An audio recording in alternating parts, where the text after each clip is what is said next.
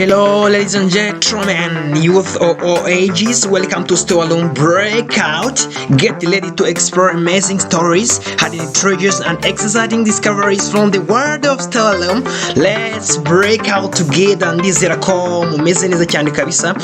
Murumva ko dufite vibe kabisa. Ni ikiganiro Stay Alone Breakout, aho tubagezaho kabisa amakuru agenda avugwa mu myidagaduro, muri showbiz, muri entertainment, muri rusange. Hanyuma stay connected to us.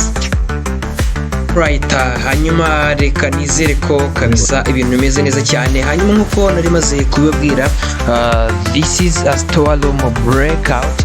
Bazaniye amakuru agezweho mu myidagaduro. Murasuzwa nanjye Shema Pacific. Stay Alone Breakout mubana natwe kugira ngo mumenye byinshi cyane. Hanyuma mbazaniye inkuru kabisa, ni updates yitwa Israel Mbonyi. Ngira ngo abantu benshi muramuzi, mumaze kumenyera mu ndirimbo zigiye zitandukanye. Abakunzi benshi hano mu Rwanda ndetse no hanze y'igihugu, cyane muri aka gace ka East Africa.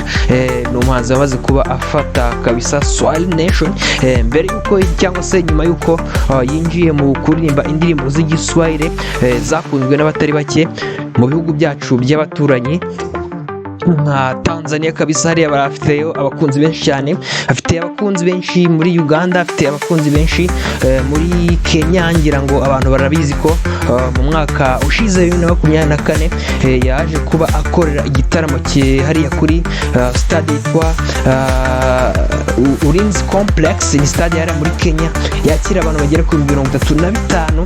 Hanyuma akaba yagira gute, yaca agahigo ko kuyuzuza ari outside the country, ari hanze y'igihugu cyacu. Hanyuma akayuzuza bigaragaza like abafana cyangwa se fan base afite muri East Africa. Hanyuma agiye acuduhigo dutandukanye nko kuzuza Rena, ariwe muhanzi wa mbere uyujuje hano mu Rwanda, mu gihe abahanzi basanzwe barimba indirimbo ziri sekil bakunzwe kurusha abandi hano mu Rwanda byari byabananiye.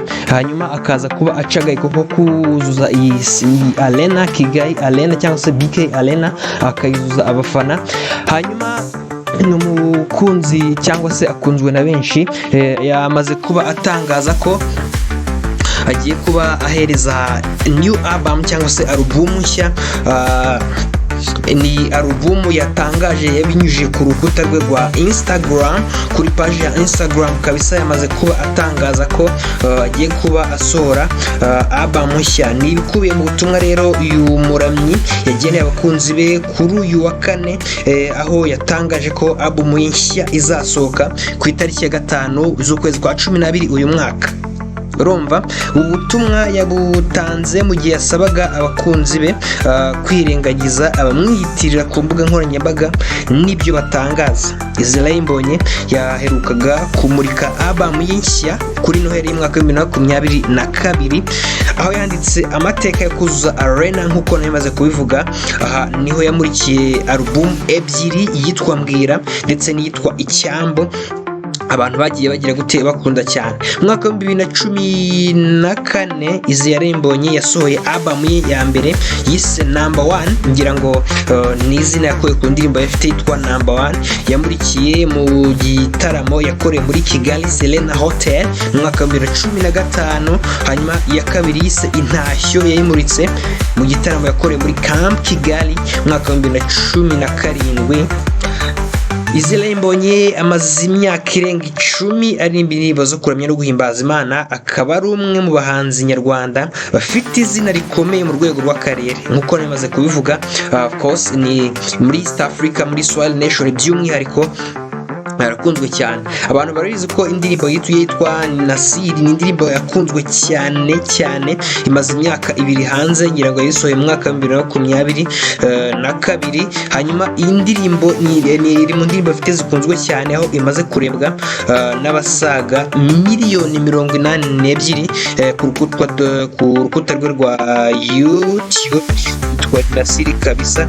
Ni indirimbo ya Israel Mbonyi. Ifite indirimbo nyinshi zitandukanye nk'iyitwa Nita Amini ifite miliyoni 3 afite yitwa Malengo ya Mungu ifite miliyoni 21 afite yitwa Kanami ifite 15. So n'izindi zigiye zifite abagiye bazireba ku rukuta rwa YouTube, aba viewers cyangwa se abazirebye benshi cyane. Hanyuma Mbonyi kandi azwiho ubuhanga mu gutunganya amagambo y'indirimbo ashyushya imitima ndetse n'amajwi meza akunzwe n'abatari bake. Uretse mu Rwanda afite abakunzi benshi muri Kenya, Uganda, Repubulika ya Demokarasi ya Kongo ndetse na Tanzania nk'uko nababwiye. Hanyuma mu myaka ya vuba Israel Mbonyi yashyize imbaraga mu kuririmba mu rurimi rw'igiswahili as I said, nk'uburyo bwo kugera ku bantu benshi cyane cyane abo mu karere ka Afurika y'Iburasirazuba. Ibi byagaragajwe cyane indirimbo nk'iyitwa Nita Amini maze kubabwira, n'iyitwa Nasikiliza ni Nasiri, zatumye umuziki we urushaho kugera kure ndetse bikanamufungurira amarembo ku masoko ya muzika ya hanze y'u Rwanda. Hanyuma ni Stoalone Breakout nitwa Shema Pacifique.